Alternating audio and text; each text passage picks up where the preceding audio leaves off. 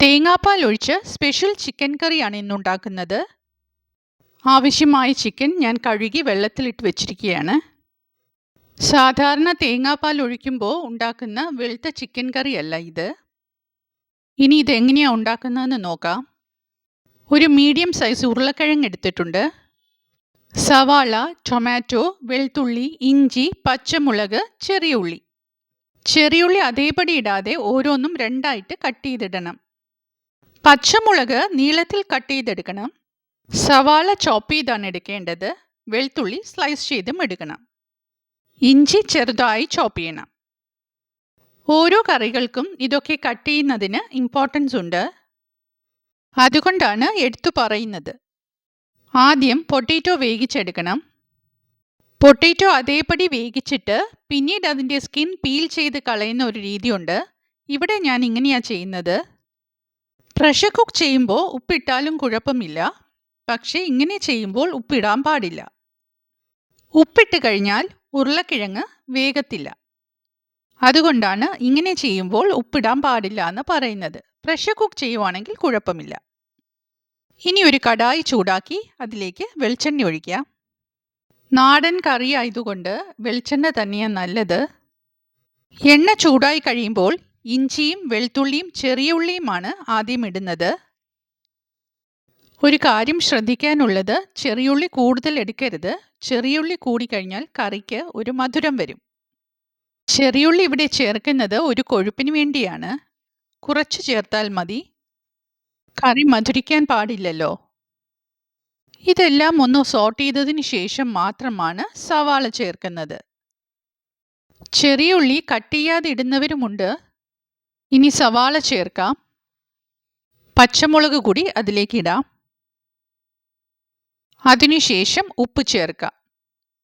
ഉപ്പ് കൂടുതൽ വേണമെങ്കിൽ പിന്നീട് ചേർക്കണം.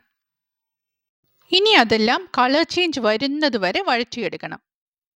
വെറുതെ വഴറ്റിയെടുത്താൽ പോരാ, കുറച്ചൊരു കളർ ചേഞ്ച് വരണം. എന്നാലേ കറിക്കൊരു ടേസ്റ്റ് ഉണ്ടാവുകയുള്ളൂ.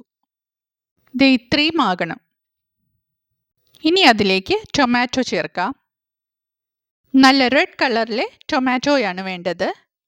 ഇനി ടൊമാറ്റോ കൂടി നല്ലതുപോലെ ഒന്ന് വഴറ്റിയെടുക്കണം.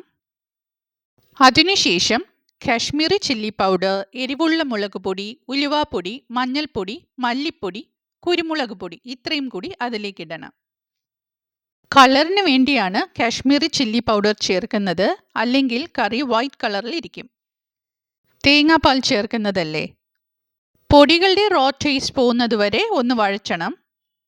ടൊമാറ്റോ ആദ്യമേ ഇതേമാതിരി ചേർക്കുകയാണെന്നുണ്ടെങ്കിൽ പൊടികൾ വെള്ളത്തിൽ ചാലിക്കേണ്ട കാര്യമില്ല. ഒരു കാര്യം പറയാൻ വിട്ടുപോയി, ഈ പൊടികൾ ചേർക്കുന്നതിന് മുമ്പ് ഫ്ലെയിം ഒന്ന് സിമ്മർ ചെയ്യണം. ഇനി അതിലേക്ക് ചിക്കൻ പീസസ് ഇടാം. ചിക്കനിൽ നിന്നും വന്ന വെള്ളം അതിൽ ഒഴിക്കരുത്. ഇനി അരപ്പുമായിട്ടൊന്ന് മിക്സ് ചെയ്യാം.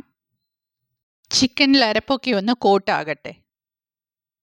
ഞാനിവിടെ ഏലക്കായുടെ സീഡ്സും പെരിഞ്ചീരകവും എടുത്തിട്ടുണ്ട്. സാധാരണ ഇതൊക്കെ എണ്ണയിലേക്ക് ഇടാറാ പതിവ്. പക്ഷെ അതങ്ങ് ഫ്രൈ ആയി പോകും. സ്പൈസസിന് ചെറിയ ചൂട് മതി.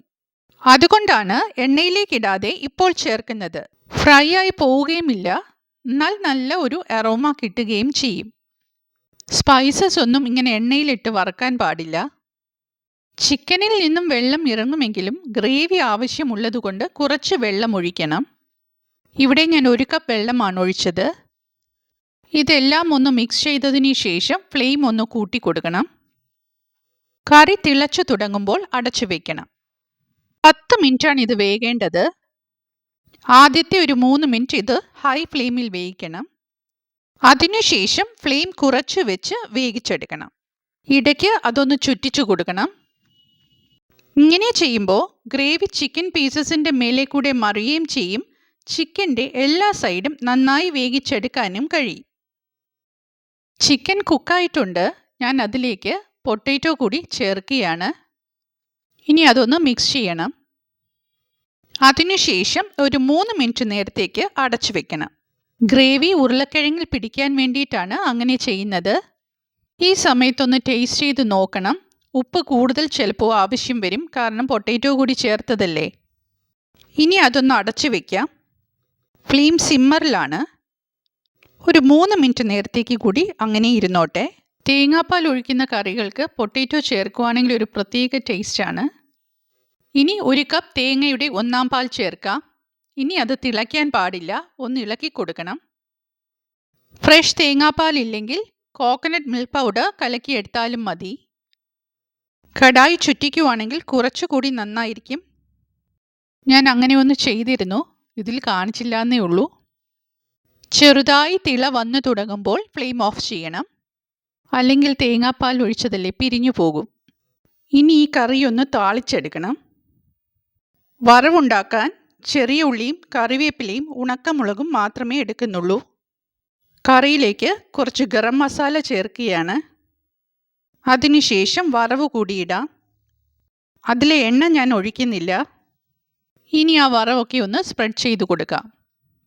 തേങ്ങാപ്പാൽ ചേർത്ത് സ്പെഷ്യൽ ചിക്കൻ കറി റെഡി. ഈ വീഡിയോ ഇഷ്ടമായിട്ടുണ്ടെങ്കിൽ ഒന്ന് സപ്പോർട്ട് ചെയ്യണം കേട്ടോ. മറ്റൊരു നല്ല റെസിപ്പിയുമായി വീണ്ടും വരാം.